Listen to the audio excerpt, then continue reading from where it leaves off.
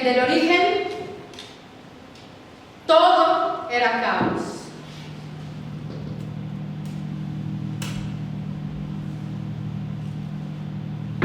Así fue desde el apabullante despliegue energético del Big Bang, que desembocó en el inicio de la expansión del universo hace 6.200 millones de años. Así también, en turbulencia, es posible que efímeras burbujas en ebullición, espontáneamente adheridas a minerales, hayan sido la base para la generación de las primeras células de la Tierra.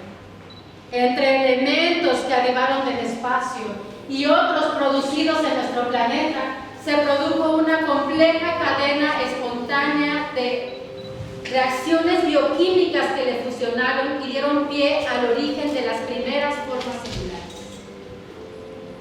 Ambos ejemplos son reconocibles desde el orden actual y la construcción historicista de que hoy observa y que no podría haberse decretado con antelación, aún y cuando hipotéticamente hubiera sido posible presenciar la efervescencia vertiginosa que formó la materia y la vida. En ese preciso momento vertiginoso y dinámico no se podría haber decretado el resultado.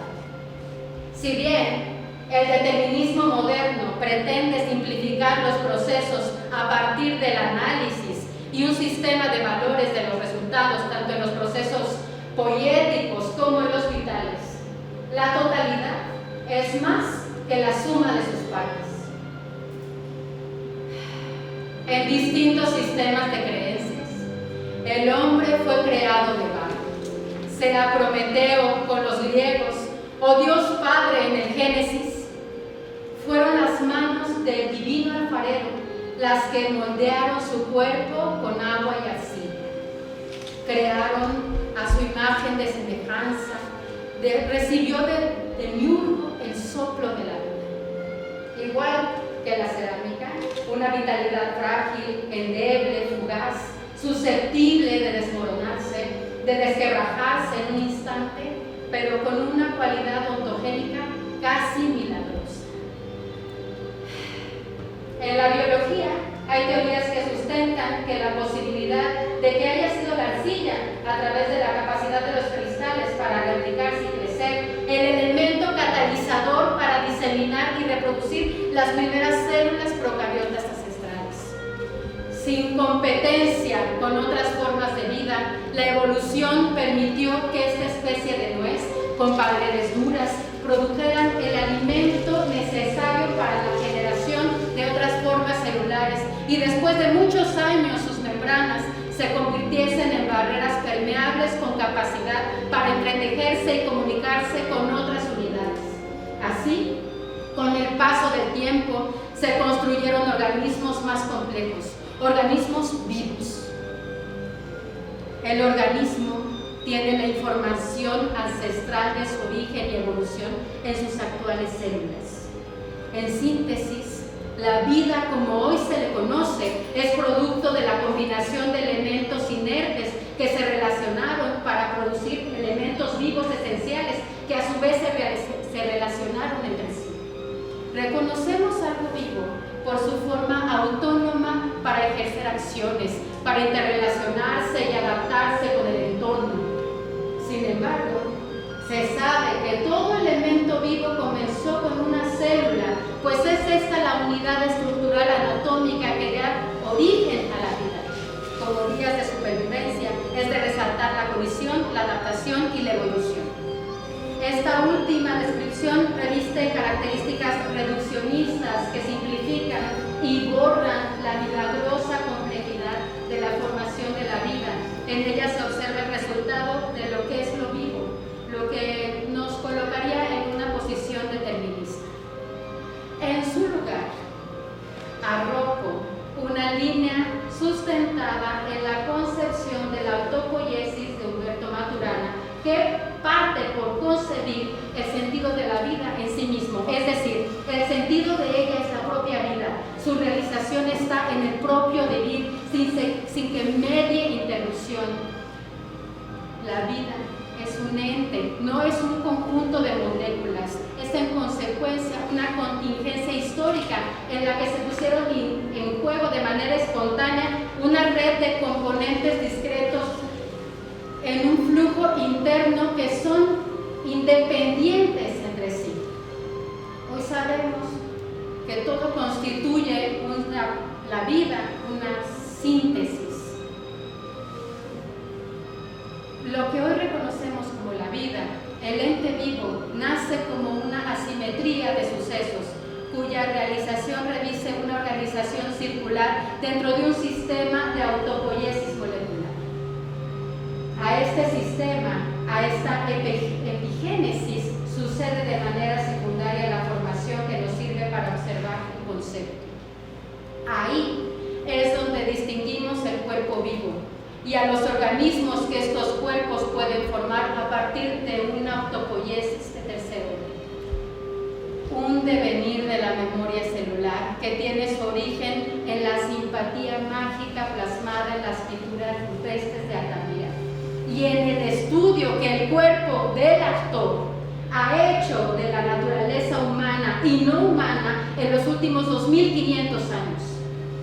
Se trata entonces de un estudio sociológico y antropológico que ha puesto en práctica desde el surgimiento del proceso mimético, ya sea para corporizar un hecho en el escenario, con el objetivo de envolver al espectador en una acción escénica que lo conduzca a la identificación, o, por el contrario, a partir del distanciamiento que saque al público de su pasividad mediante acciones y narraciones que generen a un observador activo, a quien se le impulse a tomar decisiones y estimule su capacidad intelectual. Del observable se intuye el arranque del proceso de adaptación que experimenta el grupo, en el que surgen distintas formas de apertura y sensibilidad. Si se reconoce a una puesta en escena como el organismo vivo mediante el cual se manifiesta, percibe, materializa e interrelaciona con nuestra fisiología, podemos deducir que en él están presentes entidades individuales, vivas, que conviven con materiales inertes, que solo adquieren vitalidad a partir de la interrelación con dichas relaciones vivas. Separadas son la nada, el vacío, pero en conjunto se activan, generan un mundo. Solo el cuerpo nos hace posible testificar el alma, lo espiritual, y leer el cuerpo mismo. Nuestro actor es de arcilla. Recibió el soplo de vida de la generosidad de Atenea y Prometeo. La evolución le permitió la construcción del entretejido entre el mundo material y lo metafísico, que conlleva la existencia de la vitalidad de los deseos individuales y la conformación de un cuerpo poético como un organismo complejo, entidad ontológica autopoética de orden exponencial. El motor de origen de este nuevo mundo es el conjunto de individuos productores y la interrelación, la convivencia con quien expecta y con quien completa el ciclo de vida con una temporalidad efímera, similar a la que experimentaron las células producidas en la evolución de burbujas límpidas antes de las procaritas. La repetición es la vida. Es la razón de ser del teatro. Tiene su fuente en el ascenso y descenso de la figura del uróboros, el dragón que se muerde la cola. Es el principio y el fin. Es la experiencia del ciclo interminable de la vida. Sí, como dije antes, el sentido de la vida es la propia vida. El sentido del teatro es el propio teatro. Es por eso que después del caos vino el orden y la vida. Entonces pudimos observar el mundo. Intentamos comprenderlo para entenderlo. Fue ahí cuando echamos manos de la ciencia y la filosofía. Sin embargo, en sus primeras interrelaciones, primigeniamente el hombre necesitó de los mitos, de los versos de los poetas, de los campos ditirámbicos para entender lo que habita y lo que es, para entender la complejidad del surgimiento de la vida y de lo que implica vivir.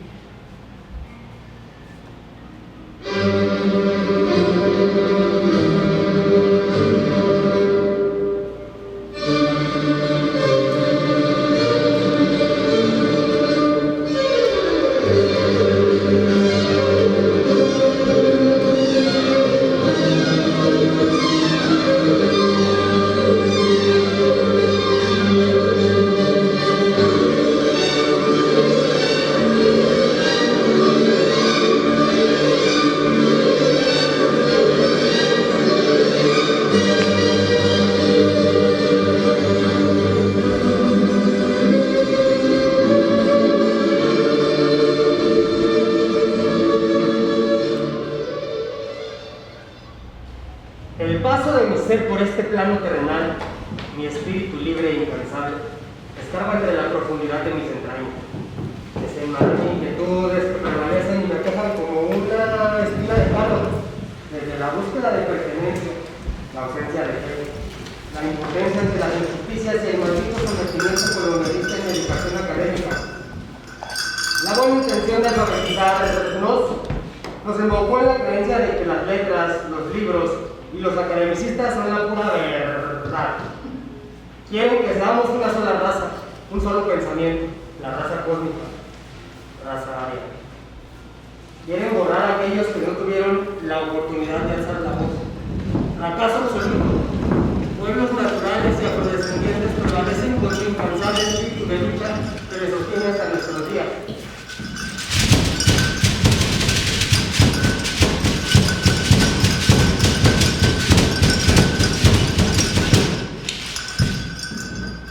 En mi errante transitar por el folclore mexicano, en la escena y en el entraño viva de la tradición, he sido testigo del anhelo por arraigar lo que resiste, las costumbres de los pueblos originarios y afrodescendientes, su aliento persistente, su diálogo con el tiempo. En un principio, así como texto sagrado, solo eran representaciones puristas. Con el tiempo, la influencia de la modernidad, el sentido del progreso y la búsqueda de aceptación y prestigio de las bellas artes, se propició el paso a la espectacularidad escénica. Nacieron nuevos fenómenos artísticos que rompían los paradigmas y estereotipos impuestos por estudiosos e investigadores de la tradición, escudados tras la letanía de así tiene que ser. Y así, como cuento de hadas, desde mucho tiempo atrás, nos pusieron en diferentes empaques. Y uno pensaría que de acuerdo a nuestras habilidades de creación artística, pero realmente no. Nos dividieron a causa de conservar el control y poder de aquellos que lo tenían. Si cualquiera puede reproducirlo, no son bellas artes. Demeritar el valor del artesano, del artista tradicional y de todo aquel que con la intención de expresar su sentir se aferra a su esencia como el barro a la piel.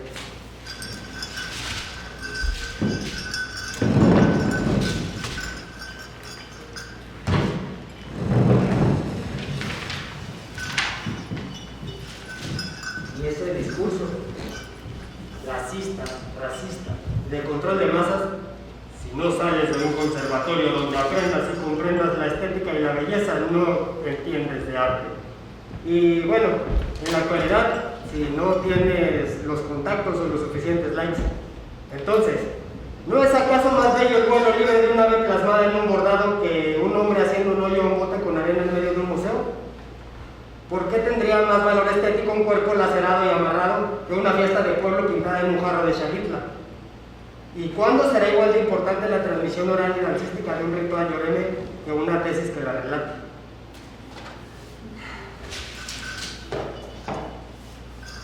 Como cuando un doctor en estudios latinoamericanos me vio y me dijo: qué bueno verte así, te ves menos folclórico.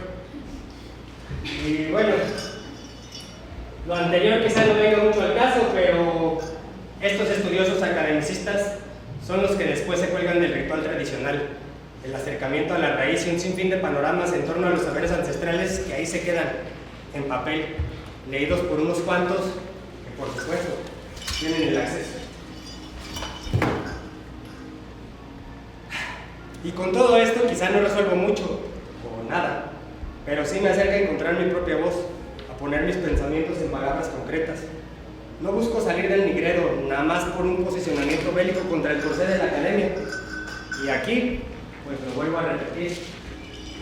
El paso de mi ser por este plano terrenal, mi espíritu libre e incansable, escarba entre la profundidad de mis entrañas, desenmaraña inquietudes que prevalecen y me acercan como una espina de gallo, desde la búsqueda de pertenencia, la ausencia de fe, la impotencia de las injusticias y el maldito sometimiento colonialista en la educación académica.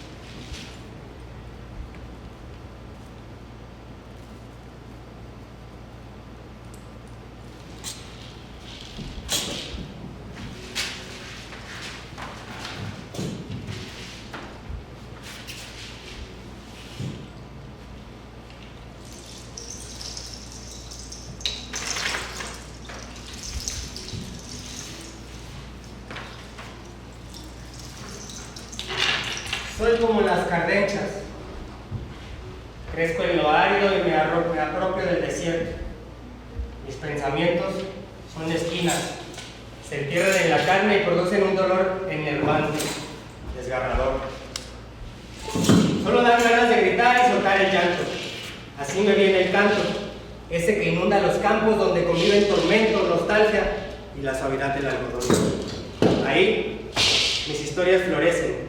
Solo así, cantando.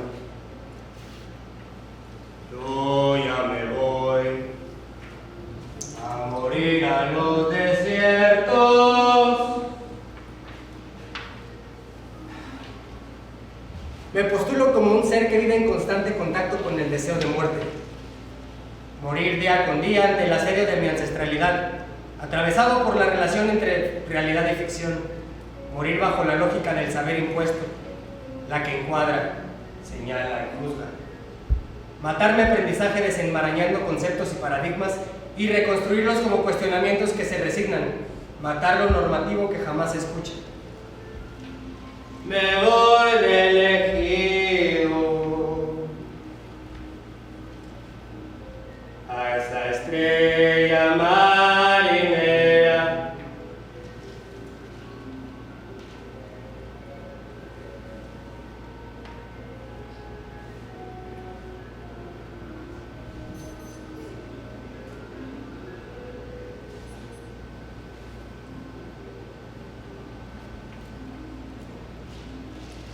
Yo ya me fui muchas veces.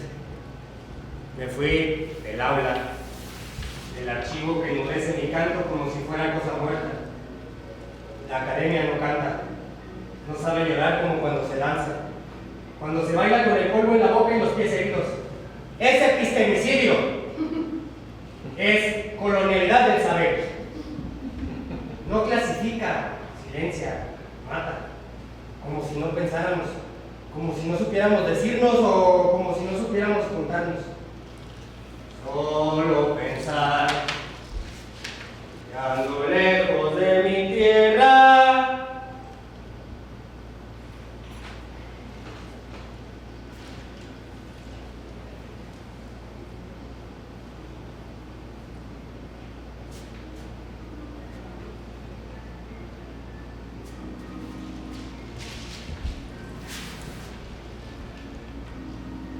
Sentir la tierra bajo mis pies, bajo mis dedos y mis uñas.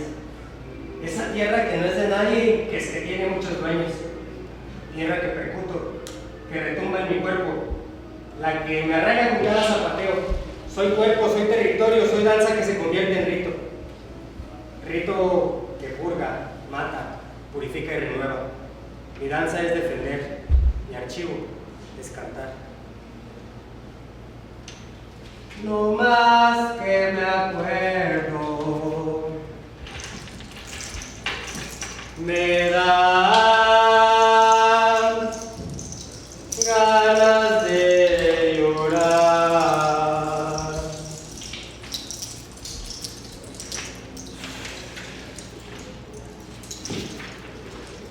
Soy un cuerpo invadido por espíritus, por memorias, por los saberes de quienes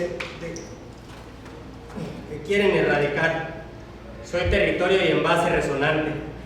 Soy caos organizado por cada golpe del zapateo y soy esa fe que se me escapa y vuelve. Pero a mí no me divierten los cigarros de la Dalia. Me considero un hombre teatro, dualidad sagrada y profana, humano y animal, sangre y sudor. No soy folclor, soy tradición muerta. No soy patrimonio que decora la cultura, soy memoria encarnada, hierofónico.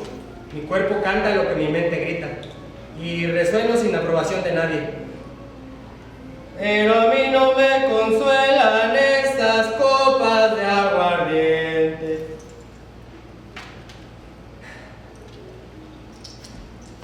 Vivo apegado a la incertidumbre, sin rumbo, pero trazo caminos. Navego sin puerto final, sin necesidad de mapas, solo mareas. Solo pensar que dejé un amor pendiente. Ese cuerpo soy yo. Soy pueblo, canto y raíz. Me sostengo con la percusión de mis pasos, con el sístole y diástole, resonancia y silencio, golpe y eco. Mi cuerpo es vibrante, transformado por el sonido en territorio expandido, donde gesto, escucha y pensamiento se funden.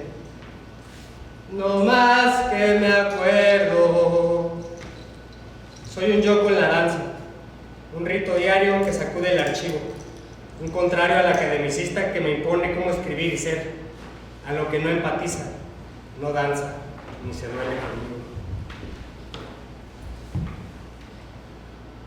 Soy un cuerpo resonante, herida sonora, canto que no se clasifica. Yo no me escribo, yo grito. Yo no me explico, yo resueno.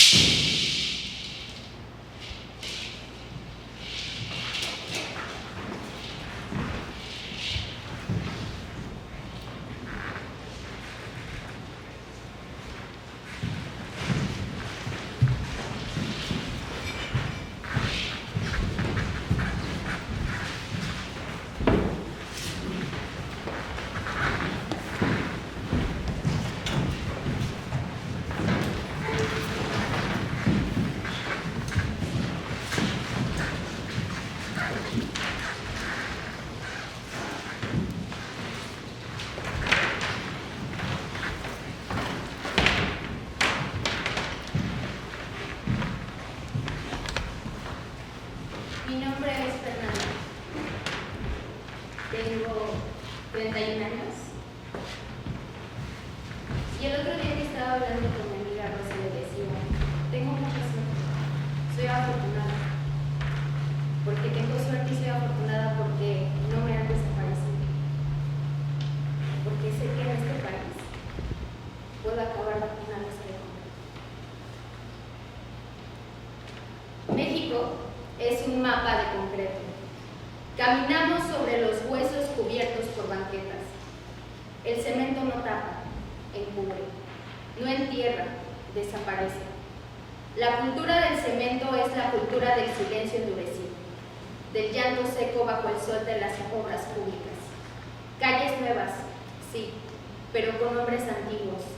Dolor, ausencia, madre que busca, hijo que ya no vuelve. El cemento es promesa de futuro, eso dice. Pero en sus grietas florece el pasado, un zapato, una hebilla, una mochila. Aquí no se construye, se encubre. Aquí no se pavimenta, se aplasta. Losas para ocultar las fosas, muros para olvidar los nombres, baldosas donde antes hubo gritos. México es un país donde la muerte no descansa, donde el desaparecido vive en las paredes, en las aceras, en el polvo gris que respiramos a diario, porque cada saco de cemento puede ser una lápida sin nombre, cada esquina un altar sin flores, y sin embargo, aunque lo cubran todo, aunque encimen capas y capas de olvido endurecido, con las manos desnudas seguiremos rascando la tierra, y la tierra, no el cemento, dirá la verdad.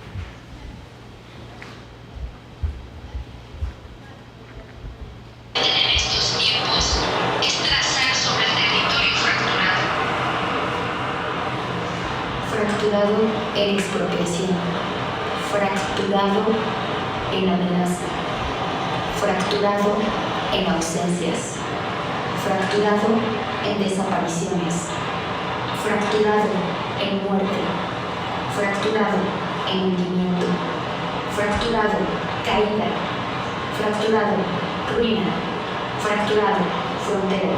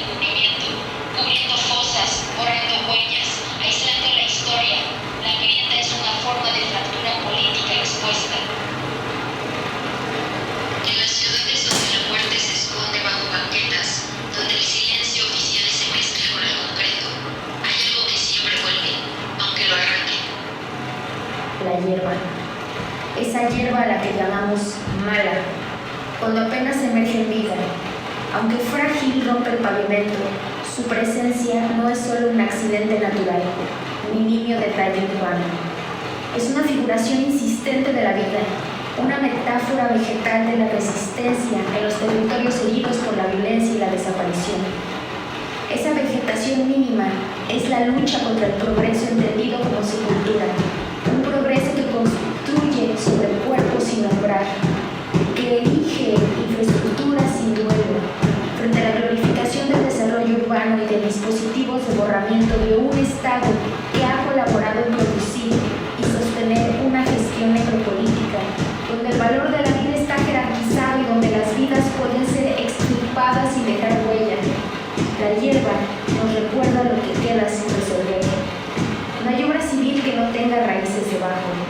No hay ciudad sin espectros. Y Y en México, esos espectros tienen nombre, rostro y fecha de desaparición. La hierba entonces es símbolo de una verdad orgánica que se opone a la narrativa del olvido. Cada brote es una fisura en el pacto de silencio. Lo vivo regresa donde lo quisieron muerto. Así la germinación de la hierba mala, la que surge entre las grietas, la que abre caminos, es un acto político, no por su fuerza, sino por su insistencia, no por su tamaño, sino por su fidelidad a la tierra que guarda y no delata. Hay en esa persistencia vegetal una esperanza radical.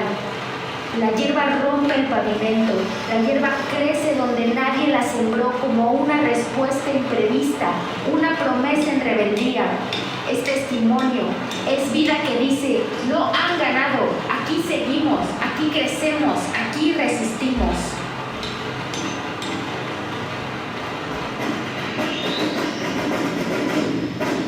Y retiemble en sus centros la tierra. Y retiemble en sus centros la tierra.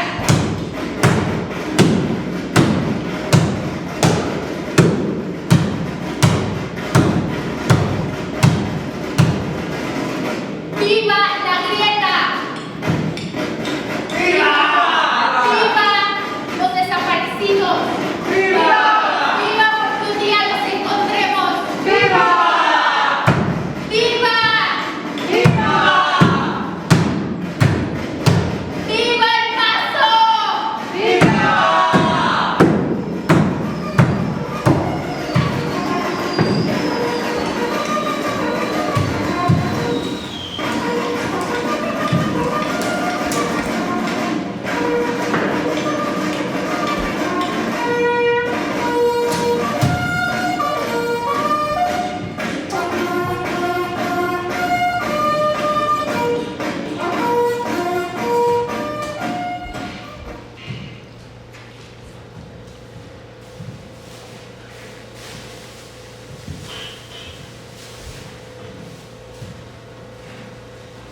Ruina, tierra, escombro y al centro un jardín. Este jardín no es decorativo, no es ordenado, no fue planeado. Es un jardín insurgente que crece en las grietas y entre las ruinas, como respuesta involuntaria a la catástrofe.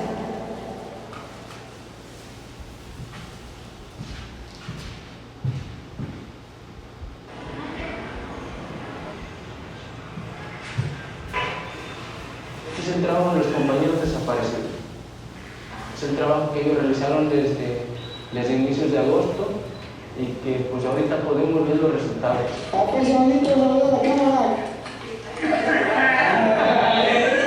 Eran muy alegres en el trabajo, pues echaban un poco de desmadre entre ellos para matar el día. O sea, era una academia muy unida y muy trabajadora. Está el paisa Benito, el paisa Carmelo, el paisa Comadre, el paisa Chucky, que por cierto no quiso saludar a la cámara porque estaba muy ocupado trabajando. Está el paisa que mataron allá, lo desollaron, el paisa Chilango le decían. Yo en lo personal quise grabar este video porque a mí en lo personal me hubiera gustado ver cómo va mi proceso, ¿no?, de trabajo, si me desempeñé o no me desempeñé bien. Al final de cuentas también echamos de mal de aquí trabajando, a veces de repente estamos bien y de repente ya mandó un compañero tierra y todo eso. Compartimos el video para que la gente pueda ver a lo que nos dedicamos realmente. Las colectas que fueron a hacer los compañeros en parte iban a estar destinadas a lo que ellos propiamente iban a utilizar aquí, para que este trabajo, estos cultivos salieran adelante. Hay muchos preceptos sobre esta escuela, donde dicen, no, es que Ayotzinapa no trabaja, solamente están en plantones, marcha. Nosotros, como bien saben, nosotros tenemos cinco ejes, en los cuales uno de ellos es el de módulos de producción. Somos campesinos, somos gente proveniente del campo. Nos recuerda exactamente de dónde venimos, nuestro origen, nuestra identidad, y nos recuerda que nosotros aquí en Ayotzinapa no quitamos la identidad de las personas, sino que se las arraigamos a unas. Pues sí, en lo personal yo sí los extraño a mis camaradas y como decimos, no vamos a descansar hasta encontrarnos. Si es posible sacrificar nuestra propia vida, lo vamos a hacer, pero que lo vamos a encontrar, lo vamos a encontrar. Al final de cuentas son nuestros hermanos los que están desaparecidos.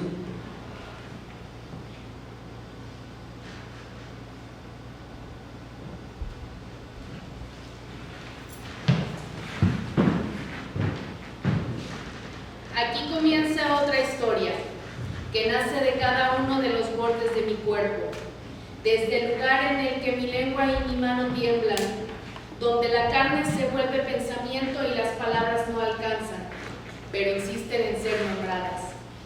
Cada parte de mi cuerpo busca arder por dentro y abrir una grieta en el tiempo y la memoria, hacer un corte que permita a la herida hablar sin ser interrumpida, abrir una fisura, un quiebre en el tiempo que pueda meterse en el monte tupido por la lengua, que quiere escupir todo lo que ha guardado, forzar el tiempo de la inmediatez de la información, de la comprensión instantánea, suspender un poco el umbral del irreversible, del ritmo a prisa y controlar por un momento la vorágine de los mensajes y noticias del internet. Hilar con cuidado la respiración que sostiene la lengua, atravesar con estas palabras el corazón para clavar ahí mismo un ritmo sanguíneo que pueda soportar la consistencia lenta, atrasada y rezagada de mi voz, cuyo latido sostiene un vivir a destiempo, donde el sentir llega con retraso y el fracaso del devenir mujer del ideal heteropatriarcal eurocéntrico.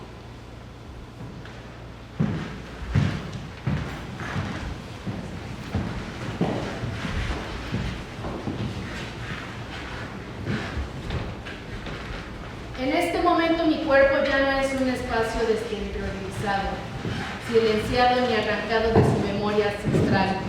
Es un campo en resistencia, atravesado por las múltiples violencias simbólicas, patriarcales, coloniales y tecnológicas, y también epistémicas. La piel deja de ser un límite y se vuelve membrana vital, una superficie donde se inscribe la huella de los que me anteceden a mí y los que han tenido que dejar este mundo de manera forzada, donde se gesta la desobediencia y la rebeldía. Me enuncio desde mi cuerpo como un acto de emancipación encarnada, como una forma de pensamiento situado que se resiste a la norma y que reclama su derecho de existir en sus propios términos.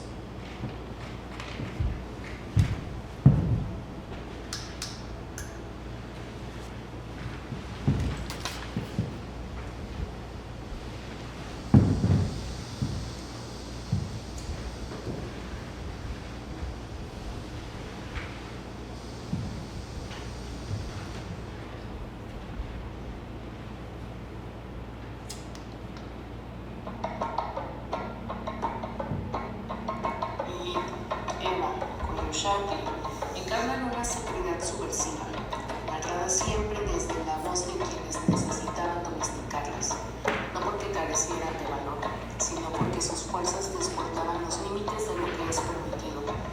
A Lilith se le negó el derecho de habitar el mundo en igualdad. Por no obedecer, fue demonizada, arrojada al exilio mítico, convertida en amenaza. Eva fue formada a partir de una costilla.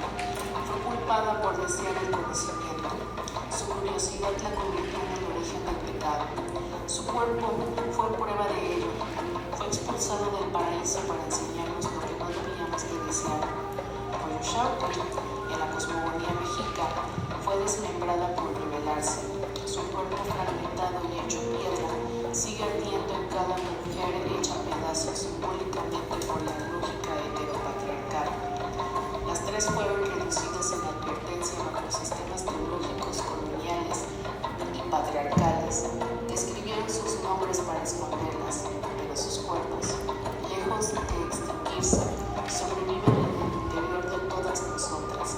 Evocarlas en este instante es arrancarles el discurso del castigo y devolverles el deseo, el cuerpo y el territorio, no como reinas del pasado, sino como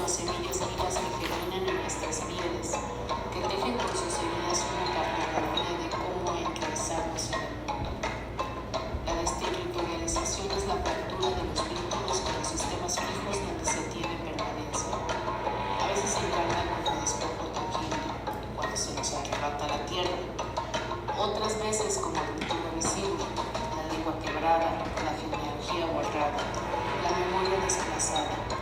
Esto es lo que hizo el mestizaje como proyecto colonial. Arrancó de raíz los saberes ancestrales, impuso lenguas ajenas, cartografías extranjeras, cuerpos domesticados, cuerpos arrancados de sus territorios, de sus signos vitales, de sus lógicas de pensamientos, cuerpos inscritos por la violencia, pero que se niegan a olvidar. Abdeyala es el nombre original de este continente y fue silenciado bajo el peso de América, un nombre impuesto por una geografía conquistada. El mestizaje no fue un encuentro, sino una administración de despojo, una maquinaria de blanqueamiento que penetró en la carne, en las lenguas y en los afectos, pero el cuerpo se volvió grieta. Cuerpos que resisten al poder y reclaman el derecho a sentir, a nombrarse, a recordar y a temblar. Cuerpos que devienen en Abdeyala, territorio vivo que rehace con cada paso, con cada palabra recuperada, con cada herida habitada. Las palabras también trazan territorios, son semillas pero también son cuchillos. Con ellas abren los surcos del lenguaje para sembrar otras narrativas, narrativas que fortalezcan allí donde antes solo hubo silencio. ¿Cómo habitar un cuerpo que ha sido abusado, marcado, sexualizado, burlado, reprimido, herido, fetichizado, transgredido y estigmatizado? ¿Cómo encarnar una historia de violencia que me antecede, que me atraviesa y que parece ser imposible de borrar? Habito un cuerpo cargado de una memoria herida, un cuerpo que sabe que la piel no es solo un recipiente, un contenedor o algo desconectado del alma, ni límite ni frontera, sino como un cuerpo que en cada gota guarda lo que no se dijo y donde la memoria sin escape se fue gangrenando. Un territorio que guarda, que tiembla, que recuerda. Cada parte de él lleva una cicatriz que no me pertenece solo a mí. Mis piernas, mi vientre, mi espalda, mi rostro han sido moldeados por las estructuras sociales, políticas y religiosas que dictaron cómo debía de sentirme, habitarme y demostrarme.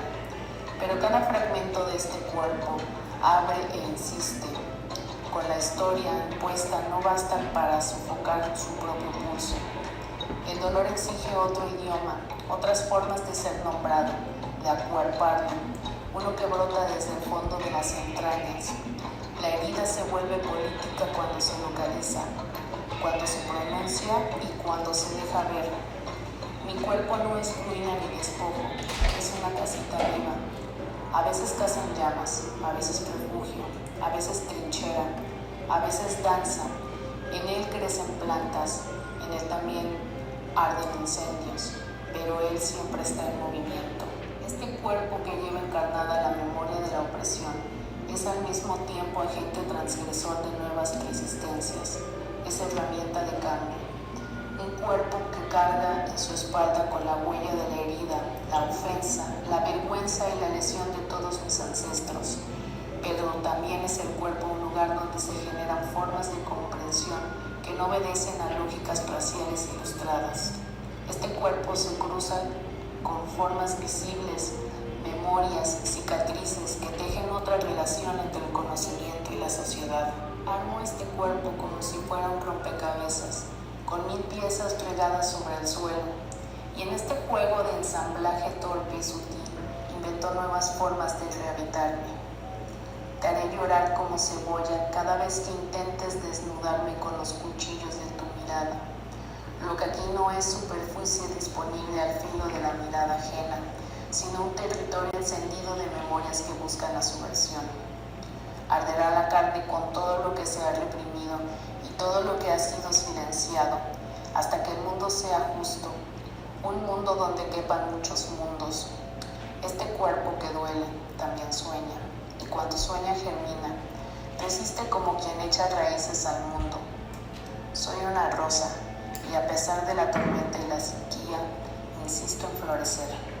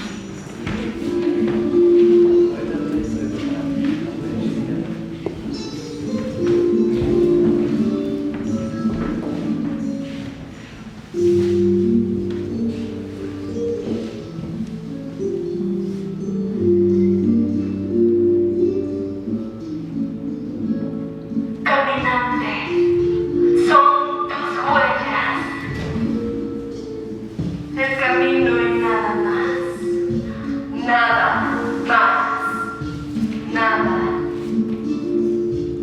más. Caminante, no hay camino, se hace camino al andar se hace camino, y al volver la vista atrás se ve la senda que nunca se ha de volver a pisar, nunca se ha de volver a pisar. Caminante, no hay camino, caminante, no hay camino,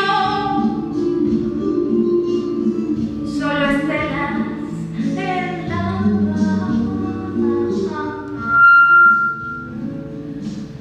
caminante sin destino, sin futuro que mirar, en la mar,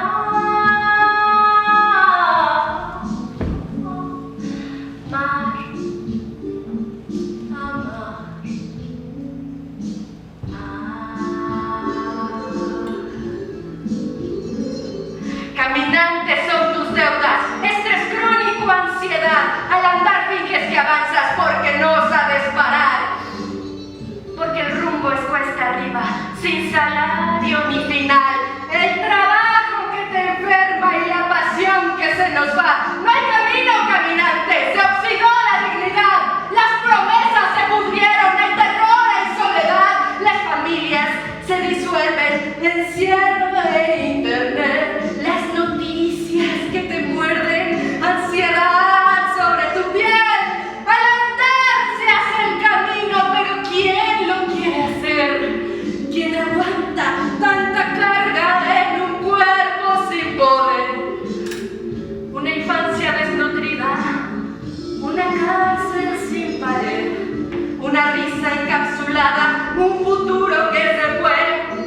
El camino es una fila con la eterna para llorar, una cita en el seguro que te dan para el mes de atrás. No hay camino, caminante, ni transporte para llegar, solo memes, café frío y un usted te va a cobrar. Caminante sin camino, pero con deuda estatal. Si andas, se hace el camino, pero el bache es ancestral. Se hace el hueco, se hace el pozo, el suicidio emocional. Se hace el meme con la herida, se hace el post en Instagram. Resistiendo, con un filtro existencial. Y al volver la vista atrás, ¡ah, caray, qué funeral! Se ve el parto en el pasillo, se ve el sueldo desigual, se ve el profe deprimido y un se busca en el portal. Caminante, no hay camino, solo likes de caridad, una rabia sin sentido y un ya todo me da igual. Te dijeron, tú respira, tú resiste, ya verás. Caminante, no hay camino, solo likes de caridad.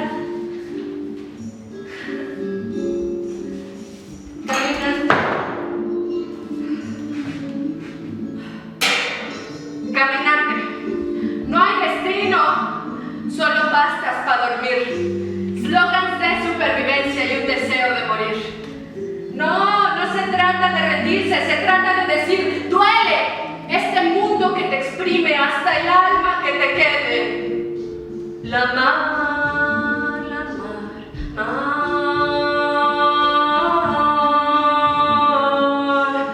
Pero ¿quién te enseñó a amar?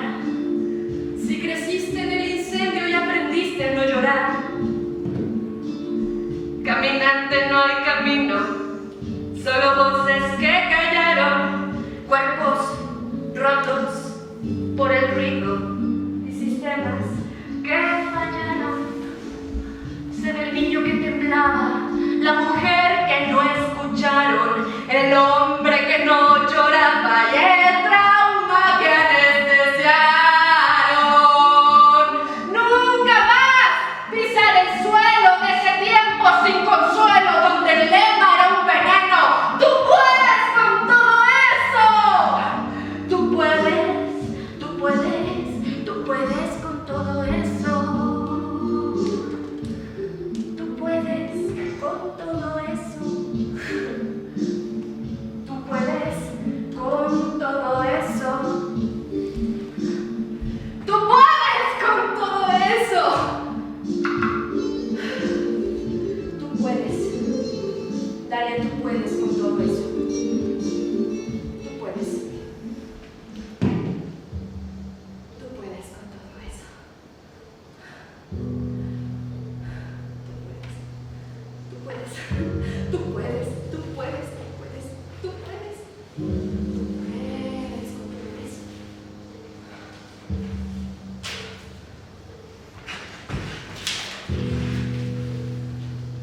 Buenas noches, estimado público.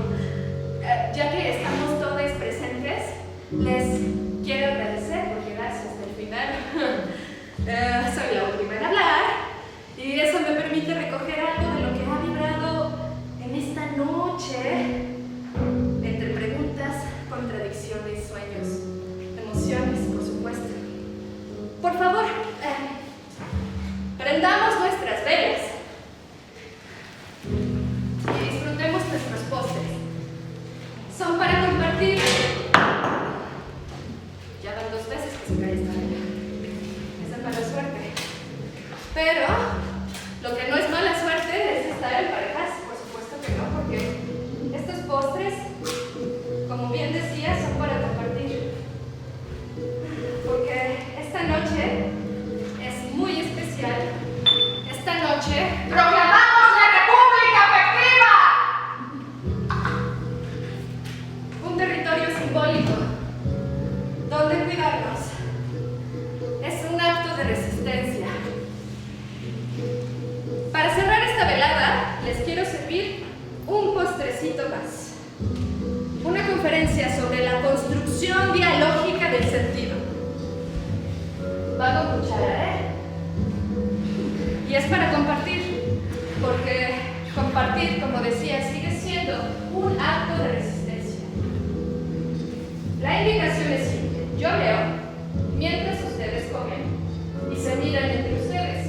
A mí no, yo aquí desaparezco en la oscuridad. Ustedes se miran, comparten el postre y disfrutan, porque disfrutar es seguir luchando.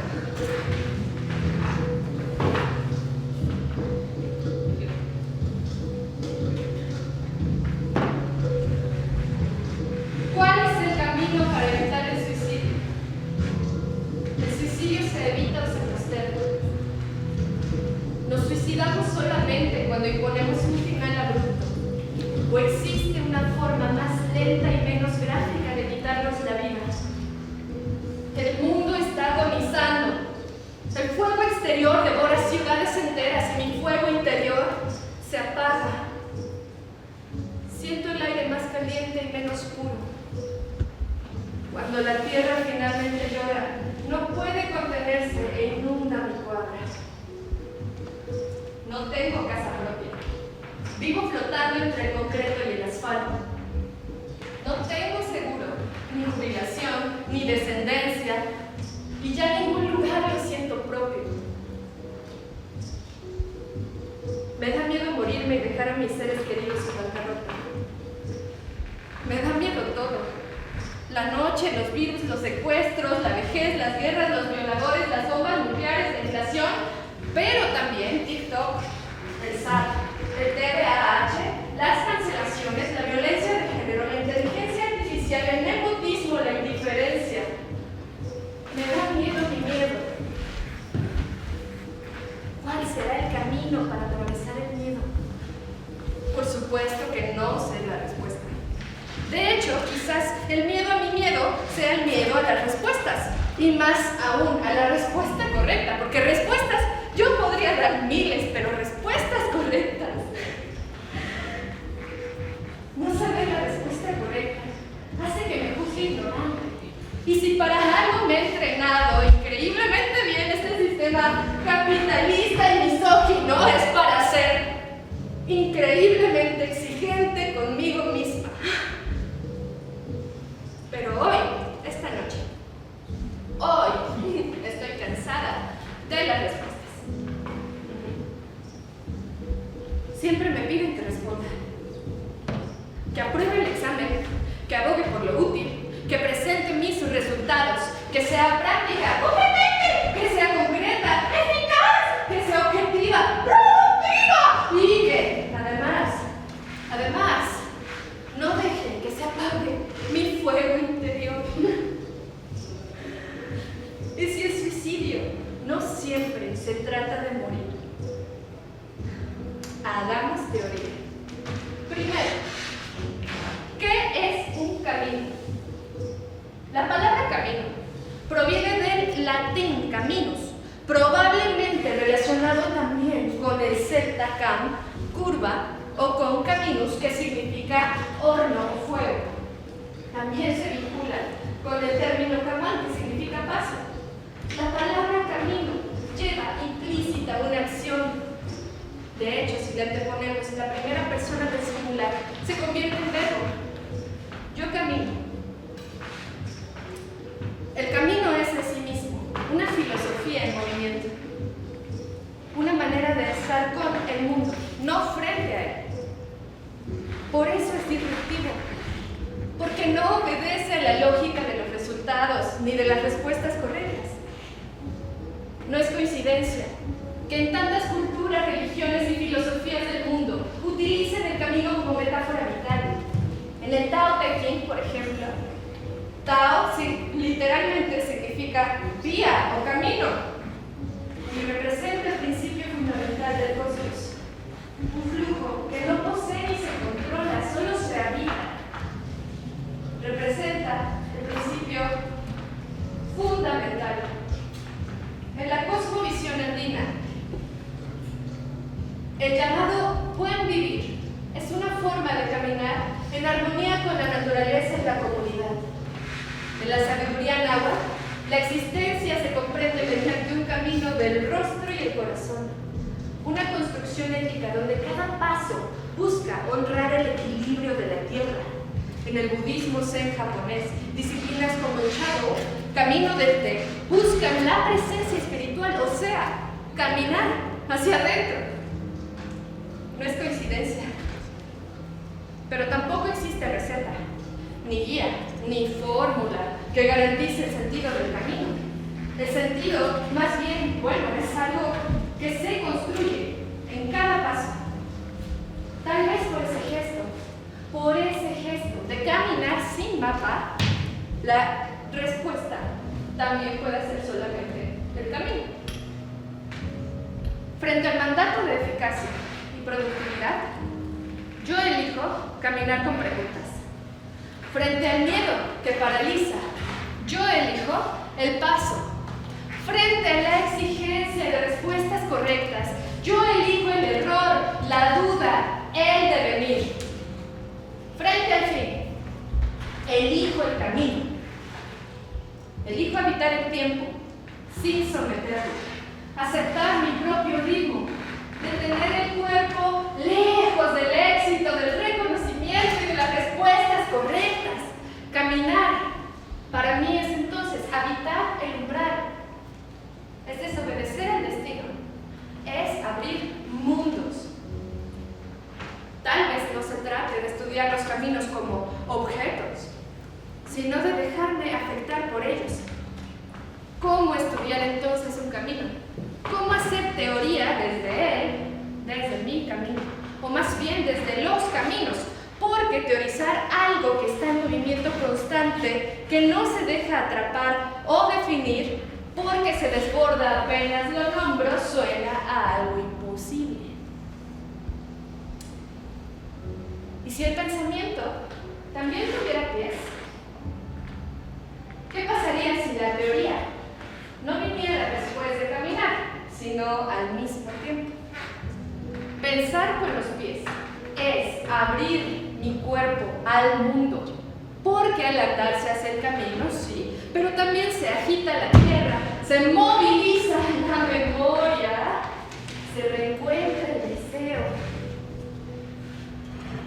Investigar el camino es evitar ese otro peligro más sutil que la muerte, el de apagarme por dentro. La pregunta por el camino es la pregunta por la vida que insiste. Camino como quien respira, por deseo de supervivencia. Camino para no suicidarme. Camino como experiencia filosófica. ¿Qué compone un camino? Se preguntarán, obviamente. Primero, un deseo. Si entendemos el deseo como una potencia, este se manifiesta como una disposición para ejercer. Una caminata entonces brota del deseo de estar con alguien, en algún lugar, en alguna búsqueda, en donde se les dé la gana. Un deseo puede abrir líneas de fuga, desorganizar lo establecido, empujarme hacia lo otro. De hecho, etimológicamente, la palabra deseo proviene y resguarda un anhelo cósmico. Desiderium, que hasta suena como hechizo, del latín desiderare, se vincula con brújula errante, sentir nostalgia del cielo, perder el norte celeste, ser una brújula errante, sí, por supuesto. Desear, entonces desear es proyectarse hacia un encuentro. Camino, entonces, es nombrar al deseo como voluntad de presencia, como ese hilito invisible entre lo que busco y lo que se deja encontrar. Allí acontecen las sincronicidades. ¿Es casualidad estar aquí frente a esta persona esta noche? Jung entendió las sincronicidades como coincidencias galácticas, donde el mundo responde sin lógica casual, pero con mucho sentido. Y si fuera el deseo, con su potencia, lo que activa estos cruces improbables, si caminar es una forma de preguntar, entonces el deseo es mi primera pregunta. ¿Quién soy cuando me pongo en marcha? ¿Qué busco cuando no sé lo que busco? Donde hay deseo, hay estela. En latín, estela significa estrella. Y no es casual que en algunas lenguas romances utilicen esta estela para referirse al rastro que deja un cuerpo celeste al cruzar el cielo o una embarcación al surcar el agua. También remite a la idea de agitación, como en aestuaría, derivado de aestus, oleaje o marea, que alude al movimiento que corre entre el río y el mar.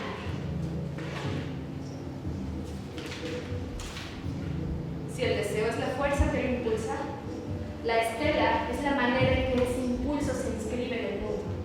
Una marca, un vestigio, memoria de movimiento. La estela no es el camino, pero testimonia que alguien anduvo caminando por ahí.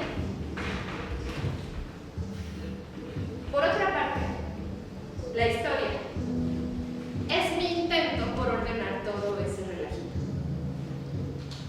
La historia, como filosofía, genera conceptos. La historia es ficción, porque la historia es la manera en que se cuenta, el modo en que se fija el paso de un relato.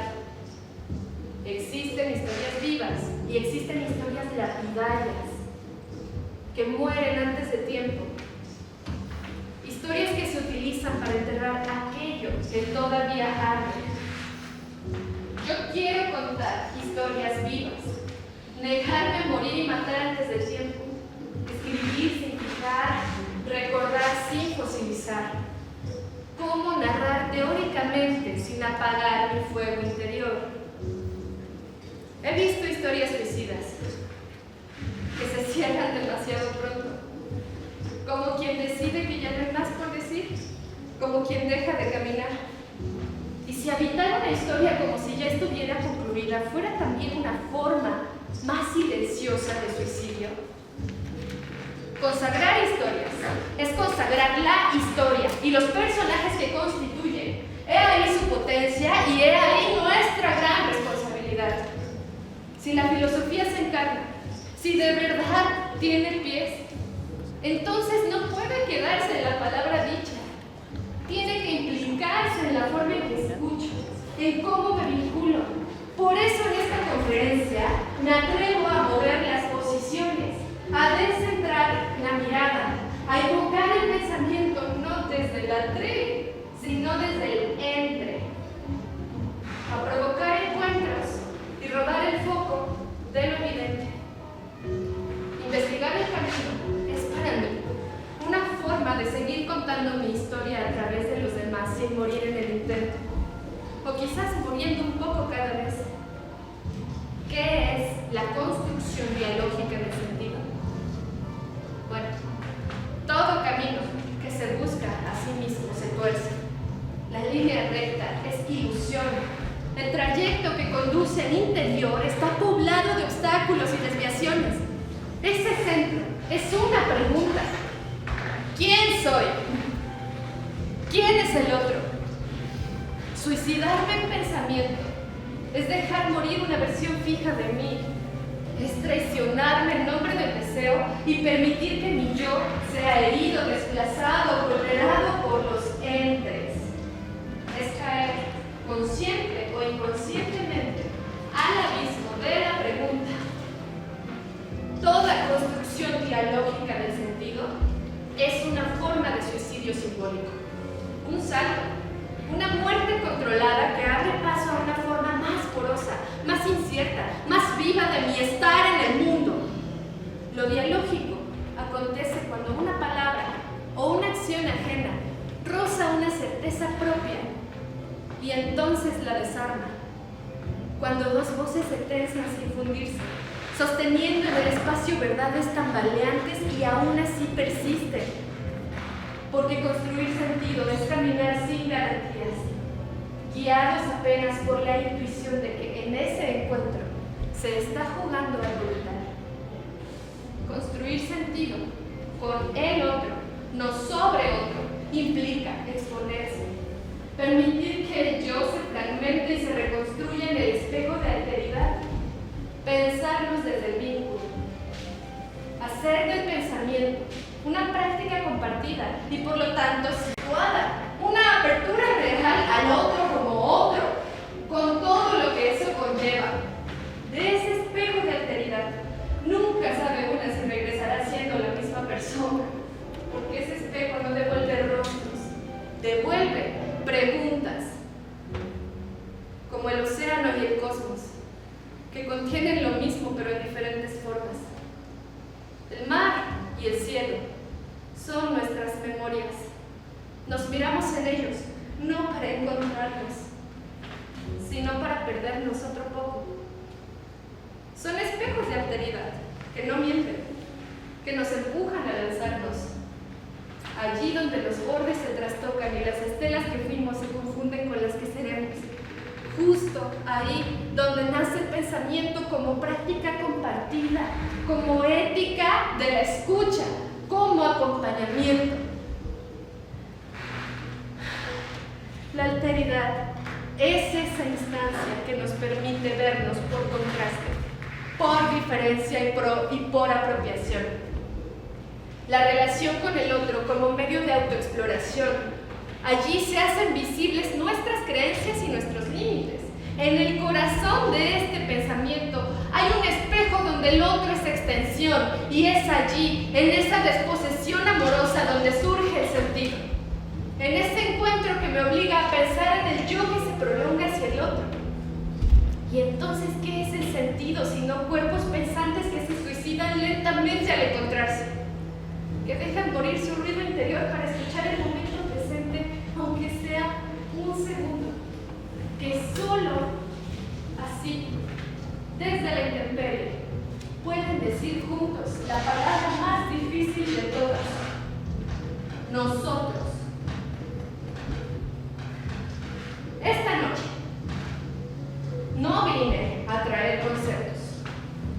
Vine a decir que pensar es implicarse, que filosofar es un ejercicio de entrega, que la investigación y el arte no se hacen desde la torre, sino desde el precipicio, y que solo lanzándose se conoce realmente cómo es estar con alguien o estar con una misma. He aprendido más en los bordes que en los centros, en los desvíos que en los programas. He encontrado más sentido en los cuerpos rotos que en las ideas perfectas. La teoría también puede doler.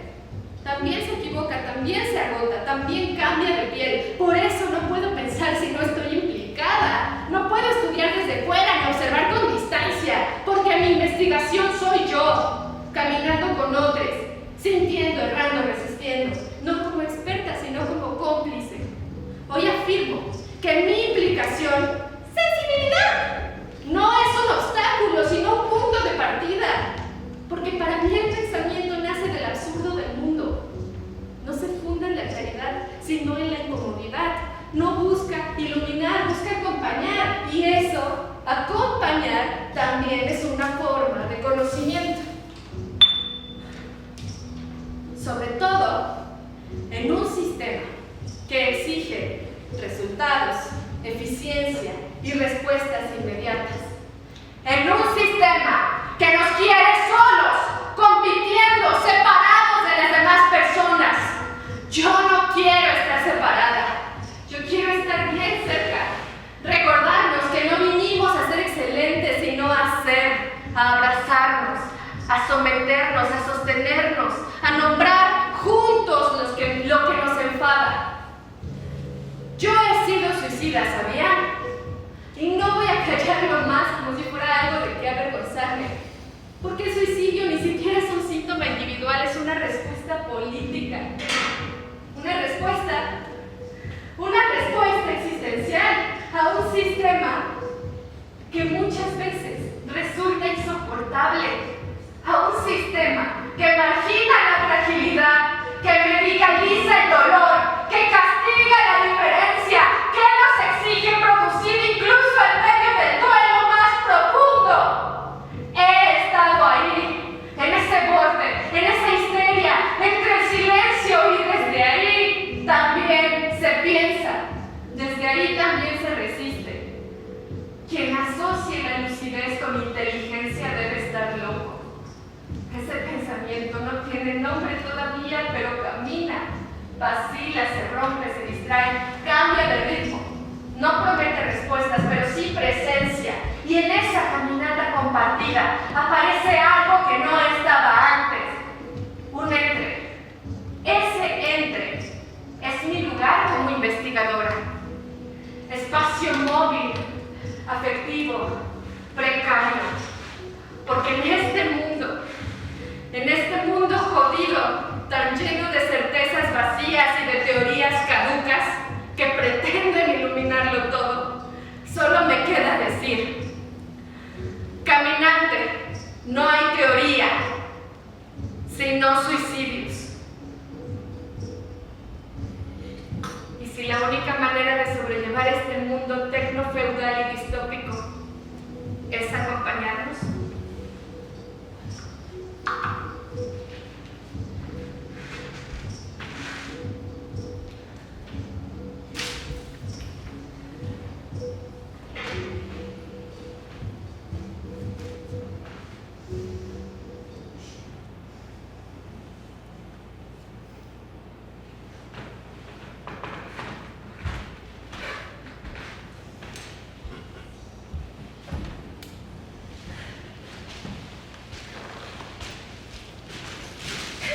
Gracias a todas, todos por acompañarnos esta noche. Este fue el cierre de uno de nuestros seminarios de la maestría en artes escénicas. El seminario se llama El Pensador en Escena, con la doctora Miroslava, pero... Miroslava Salcido, gracias por acordarme. Solo que no le fue posible asistir porque tiene un pequeño asunto familiar. Entonces, pues nada, muchas gracias a todos por acompañarnos. Espero hayan pasado una buena velada y pues nada, nuestras propuestas. Gracias a todos, todas, a la gente que nos apoyó, a los chicos que están detrás de cámaras, a la universidad también,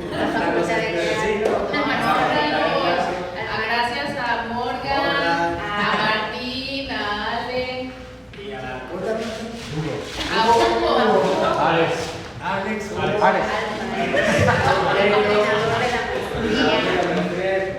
Muchas gracias.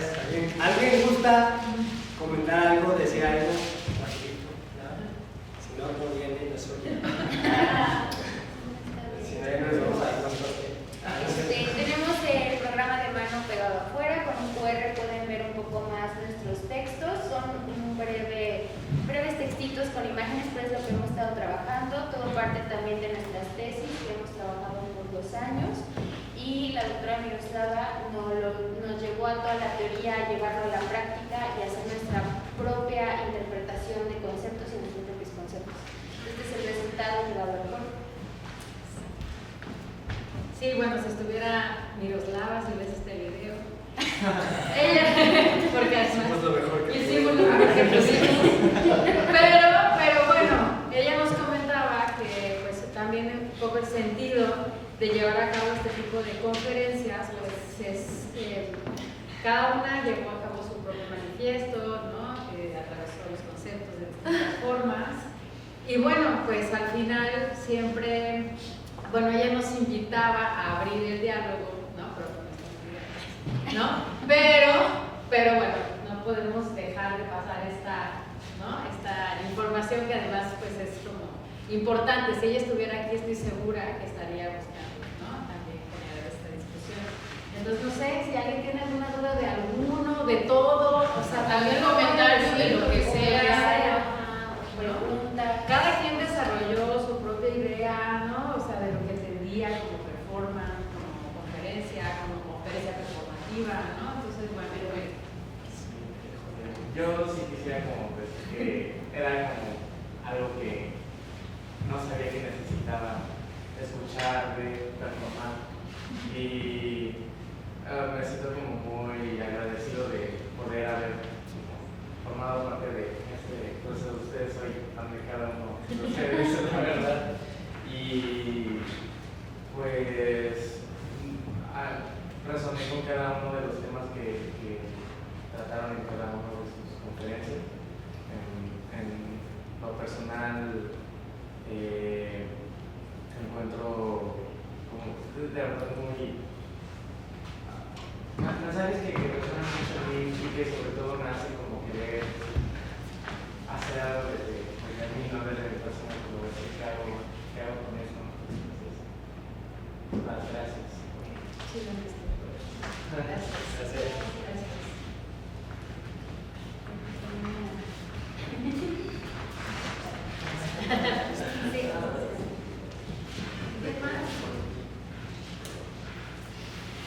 También no sé si tengan curiosidad de saber nuestro proceso o del título de nuestras tesis, porque también pues es como o sea, siento que ha crecido, ¿no? Otras fronteras creativas, ¿no? Haciendo una evolución. Esto también empezó en formato muy pequeño y trascendió a un formato grande, ¿no? Lo que nos llevó a investigar un poco más en el cuerpo y el espacio. Entonces, no sé. ¿Hay dudas? Pues sí, ya está la apertura como de encontrar cómo es esta evolución que tuvieron desde justo esto que mencionó de algo chiquito, algo como que se hizo más amplio, como cómo fue eso, pues eso ya. Yo me aventé un espíritu allá afuera, ¿eh? Pues es que no creo que haya ido como de más chiquito a más grande, sino que se fue amalgamando todo, o sea, fue como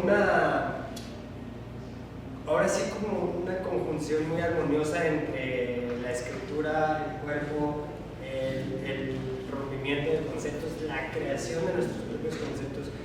Creo que a partir también de resolver las dudas personales y a partir de ahí, entre el tema de tesis y el tema que no es de tesis, pero que se vincula con la tesis, porque de alguna manera es lo que ahorita nos está, digamos, pues, poniendo ahí en nuestra vida, gira en torno a la tesis. O sea, entonces todo va, lo que hacemos en la vida, en la danza, en el teatro y demás, está en torno a la tesis. Entonces, creo que esta creación de nuestros conceptos y llevarlos al cuerpo y del cuerpo traerlos a la escritura y de la escritura traerlos al cuerpo, y esta relación no fue ni de menos a más ni de más a menos, sino siempre hubo como un equilibrio ahí entre lo que piensas y lo que tu cuerpo manifiesta, y a partir de ahí qué respuestas te da y cómo las conjugas en la escritura, y que al mismo tiempo eliges si quieres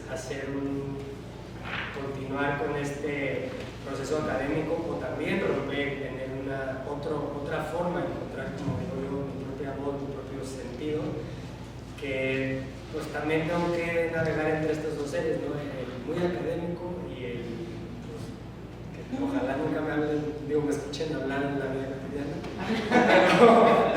pero sí es muy distinto, ¿no? Y a mí me gusta mucho mi forma de ser, mi forma de hablar, mi forma de actuar en la vida, pero también sé que tengo hambre. Entonces, en torno a la creación y a la investigación. También es importante mencionar que justamente todos partimos a partir de esta triangulación de conceptos, o sea, cada quien tiene su propio triángulo. Bueno, hicimos varios triángulos Entonces, partimos de esta idea y estos conceptos se relacionan con nuestro tema de tesis. Entonces es repensar estos conceptos también poniendo el cuerpo a partir de todas las lecturas que ya teníamos, a todas las citas, pero sacarlo de esto tan academicista, sino realmente que a ti te haga sentido. ¿Cuál es tu voz? ¿Tú qué piensas? Sí, o sea, estos triángulos, la doctora Miroslava les llama triángulos subversivos. Y de nuestros conceptos de tesis principales, primero hicimos un triángulo, de ahí cambió otra palabra a otra hasta encontrar qué es lo que lo movía. En mi caso, pues es tierra, ruinas como el jardín, porque mi tesis va de Teatro para el Fin del Mundo en Tampico, Tamaulipas. Entonces tiene esa relación también, ¿no? Y también esto, mi dispositivo, empezó en una charola, ¿no? En una charola con tierra y con nombres de desaparecidos que aún no olvidamos en este festival que hubo en la tercera edición.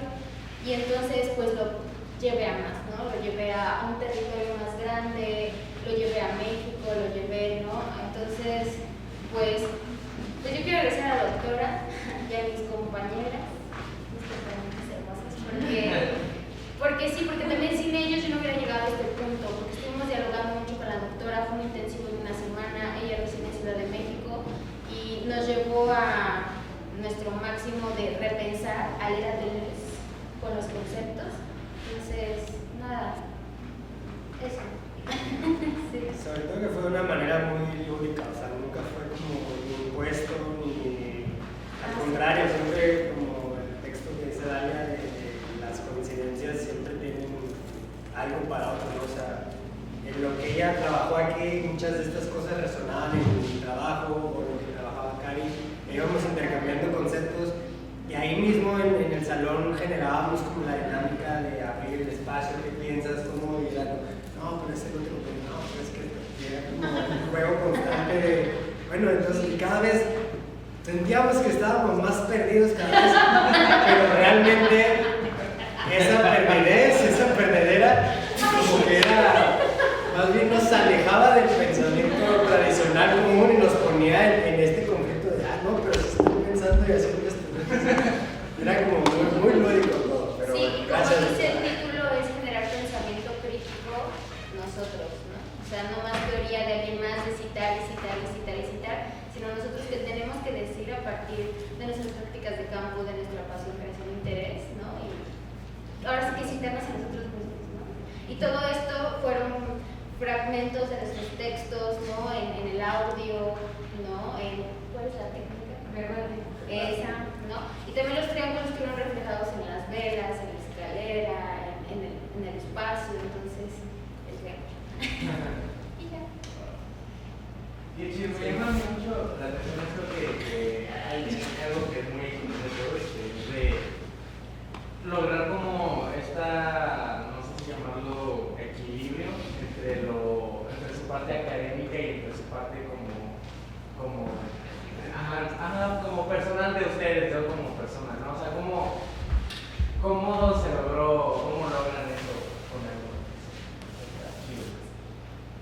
Bueno, yo creo que tiene que ver con que en el momento que tú eliges el tema de tu tesis, tú ya estás eligiendo un tema que te atraviesa a ti, ¿no? Entonces, cada uno está todo el tiempo atravesado por esto que te mueve, ¿no? Tú decidiste que querías indagar más en ese tema, ¿no? Porque hay algo por lo que quieres estar profundizando, no solamente en ese momento, sino mucho más adelante, ¿no? Y todos coincidimos con que somos creadores escénicos. Entonces, de alguna manera coincide, ¿no? Coincide que el diálogo con nuestro hacer era lo que nos mantenía vivos en esa maestría, ¿no? O sea, no entramos exclusivamente para hacer teoría, sino entramos para discutir nuestra creatividad teóricamente. Y lo que fue bonito fue que con Miroslava, ya llevábamos, pues este es nuestro segundo año. Entonces, después de estar tan inmersos ahora sí buscando, ¿no? ¿Quién lo dice mejor que tú? ¿Quién lo piensa mejor que quién ya lo pensó? ¿Y cómo lo pensó? ¿Por qué lo pensó así? Después de todo eso, claro, o sea, no es que ahorita se nos haya abierto la posibilidad así de, no, ahora ustedes son los que tienen que generar su propia teoría de la nada, ¿no? Es como, llevamos 1 año y medio investigando, indagando, y de pronto, bueno, pues ya indagaste un buen, para esto, ahora qué tienes que decir con eso. Y entonces para poder hablar de eso, pues fue muy bonito que nos regresó a nuestro hacer. Y entonces dijo, vámonos a elijan sus lugares y pónganse a hacer cosas, ¿no? Entonces, bueno, pues regresamos al movimiento, ¿no? Regresamos, muchos siguen hemos seguido en la práctica siempre, pero regresar a nosotros, mirándonos a nosotros de esa forma, pues yo creo que generó esa coincidencia, o sea, ¿no? Claramente, pues estamos regresando, ¿no? A nuestras preocupaciones como creadores, ¿no? O sea, cada uno tiene esas, pues sí, esas llagas que están ahí todo el tiempo. ¿Allá tenían una duda? Sí, bueno, felicidades en estos 2 años que llevo de conocer a este grupo. Me gusta mucho cómo la teoría ha influido en su trabajo escénico y este ejercicio funde muy bien la teoría, el ejercicio escénico y lo pone de manifiesto. Y mi pregunta es, ya que hemos visto que la maestría ha afectado de manera positiva su quehacer artístico, ¿cómo van a afectar ustedes a la academia con su quehacer artístico que han descubierto y han enriquecido por medio de la teoría? Por ejemplo, en este ejercicio, ¿cómo van a afectar a la academia? Para mí es muy claro que la cosa tiene que cambiar, ¿no? O sea, ¿cómo? Ya se verá, lo descubriremos. Dalia del futuro tendrá una respuesta, ¿no? Pero me parece que, o sea, hay modelos que están consagrados en la academia que están caducos, que no responden al mundo real. Ese es un problema que lleva mucho tiempo. Pero yo pienso que en este momento se están empezando a abrir las puertas para hacer cosas, por ejemplo, así, ¿no? Que comienzan, a lo mejor todavía pues, faltan un montón de años donde la historia va a seguir consagrando personas hegemónicamente aceptables, ¿no? En todos los sentidos. Pero creo que poco a poquito pues se tiene que ir rompiendo eso, ¿no? Tenemos que empezar a ver, para empezar, ¿no? Yo diría, ¿qué cambiaría primero que nada o qué intento cambiar yo desde mi postura como investigadora y como directora escénica? La separación entre la teoría y práctica. Para mí es lo primero, así es la primera cosa a atacar, ¿no? O sea, leer en un libro o leer lo que dijo tal autor que ya citaron 50,000 personas o millones de personas. O sea, está bien chido, ¿no? Qué padre. Perdón que me exprese así. Disculpe, maestra. Pues es que está muy chido, ¿no? O sea, está muy chido hacer eco en voces que ya citaron millones de personas porque quiere decir que algo hay ahí que nos importa a todos, ¿sí? Pero pienso que ya en este punto, o sea, lo de Miroslava fue fantástico porque justo ella nos dijo, no quiero citas, quiero que tú, a raíz de lo que leíste, de lo que platicamos, pienses. Y es como, claro, ¿no? Y hay otra cosa que ella decía que a mí me fascinó y que citaré toda la vida, que es, ¿por qué Foucault no tiene que citar y yo sí, ¿no? O ¿por qué tal autor, mamaluz que les guste, tiene que citar y yo sí me piden que fundamente, que argumente? Pues porque hay un montón de modelos de consagración, la historia es creada, es escrita, ¿no? Para mí lo primero es romper teoría de práctica y lo segundo, pues como la neta sí empezar a apropiarnos de los espacios académicos, porque es fácil criticar de fuera, ¿no? pero justo, a ver, ¿cuándo le entramos, no? ¿Cuándo le entramos? A ver, suicidio, ¿no? Ya se puede, banda, ya se puede, ya se puede. No toda la gente te va a ver bonito, ¿verdad? Va a haber gente que va a decir como, no, fuck off, ¿no? Pero, pues, se puede, ¿no? Y así, poco a poco, es progresivo, ¿no? Como todos los cambios. Yo pienso que una respuesta rápida a tu pregunta es generar vínculo, crear vínculo con lo que estás haciendo, resonando también con lo que dijo Karen. O sea, yo invitaría a la academia, con todo respeto, ¿no? Generen vínculos, o sea, no tomar un objeto de estudio por tomar un objeto de estudio, ¿no? Catetirado, ¿no? SP Moscado, la danza, ¿no? O sea, danza, TPM, o sea, es cómo yo genero un vínculo con la danza, cómo genero un vínculo con Kate, cómo genero un vínculo, porque si no, no hay algo que ahí, siempre nos dicen, es que tienes que tomar un tema que te apasione, pero es que no es solo que te apasione, es como tú también entras inmerso en eso, ¿no? Porque hay mucho académico que es como, ya te investigué, pues bueno, ¿no? Entonces ahí queda algo suelto. Entonces, ¿cómo es yo eso? Generar vínculo. Perdón, y una cosa más antes de... es que esa pregunta es muy importante, porque si no estamos haciendo eso, ¿qué diablos hacemos aquí? ¿No? La tercera cosa, lo de Fer me parece vital, pero creo que otra cosa que se suma es crear comunidades. O sea, el conocimiento surge de esto, ¿sí? Justo, de las preguntas, de las respuestas, de los desencuentros, del conflicto. El conflicto está infravalorado. Sin embargo, nos cuesta mucho lidiar con el conflicto, ¿no? Entonces, tenemos que entrenarlo, tenemos que ponernos a dialogar en serio, ¿no? Comunidades. Es social, es social. No, que esto estaba padre porque de los años que sé que existe la maestría, justo jamás hubo conexión. O sea, yo creo que de parte de los creadores y grupos no se tiene idea de lo que se hace en la maestría, porque justamente creo que hay un problema con la academia que no tiene muchas veces, a lo mejor estoy equivocado, ¿no? Pero muchas veces no tiene relación con lo que pasa en escena, con lo que se está literal en práctica realizando, pasando.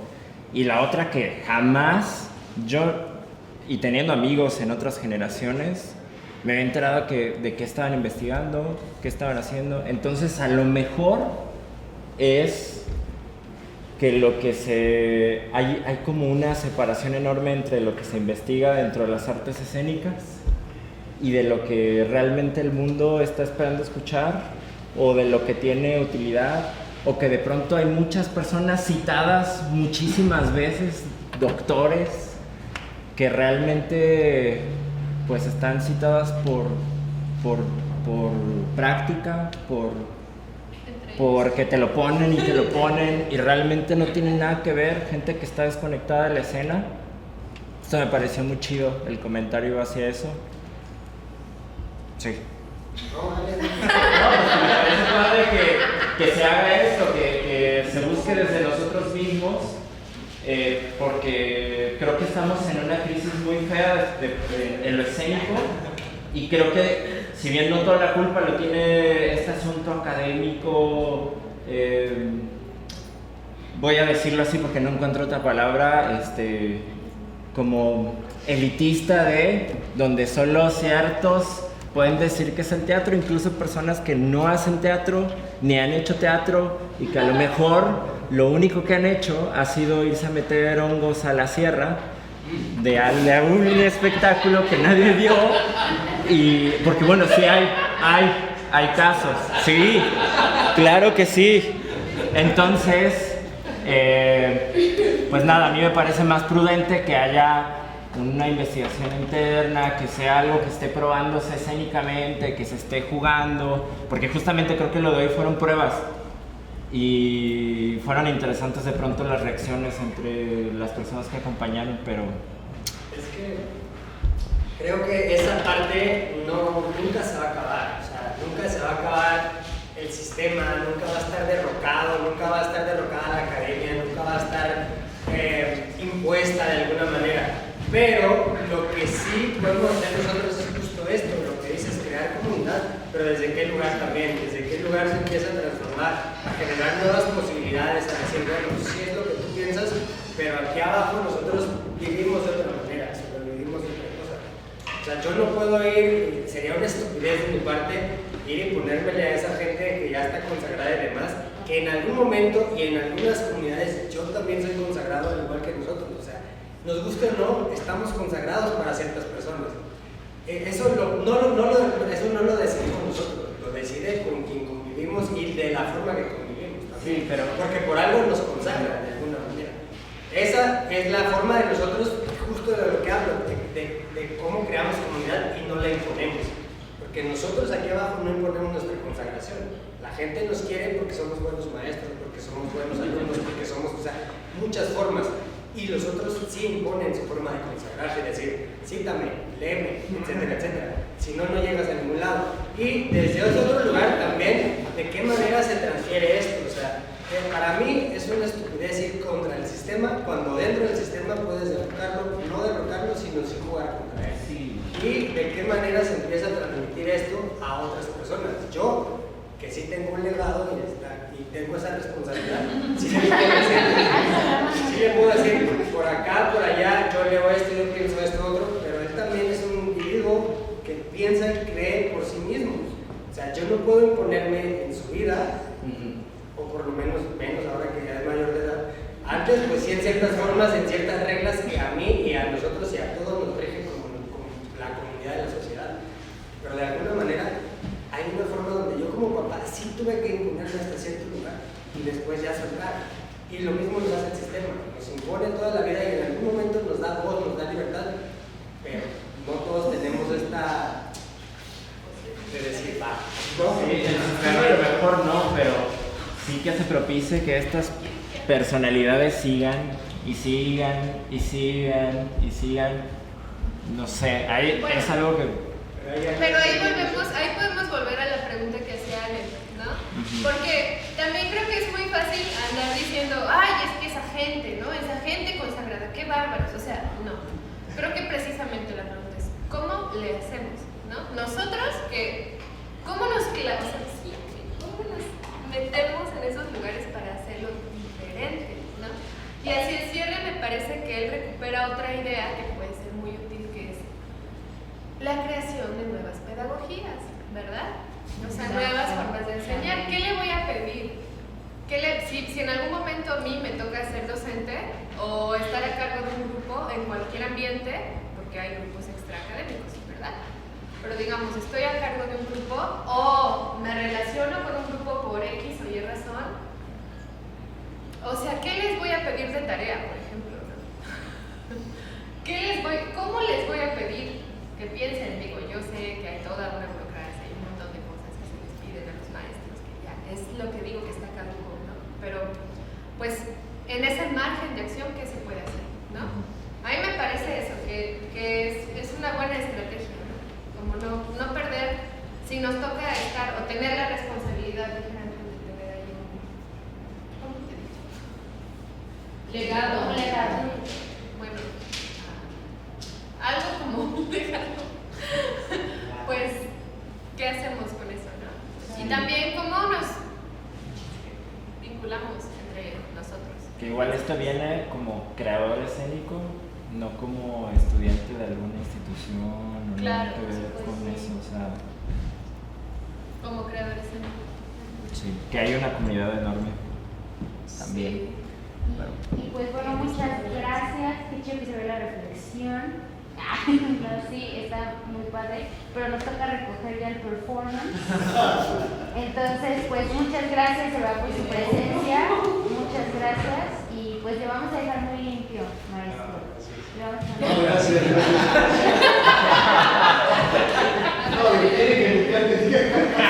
No, gracias, la verdad, gracias. Bueno, eso es una forma de pensar, ¿no? Una forma de acción constructiva, deconstructiva, disruptiva, pensar de otra manera. Creo que la filosofía es...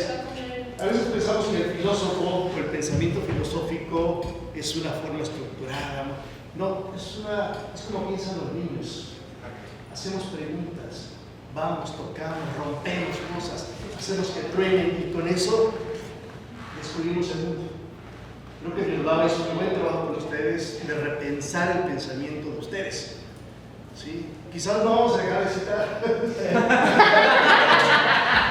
No, pero ahora la cita es con conciencia de por qué estoy haciendo eso.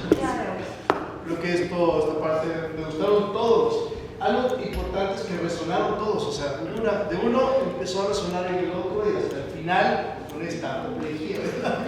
No, es increíble, al final es interesante esto que hace Dalia de reconstruir un pensamiento, ¿no? De reconstruir, y es curioso que hayas utilizado esto del caminante, ¿no? De decir, no hay camino, o sea, realmente uno arma el propio destino, camino, lo que quieras, y lo va reconstruyendo. Pero sí hay que disrumpir para poder romper, construir nuevamente. Y es muy interesante. Chavos, felicidades.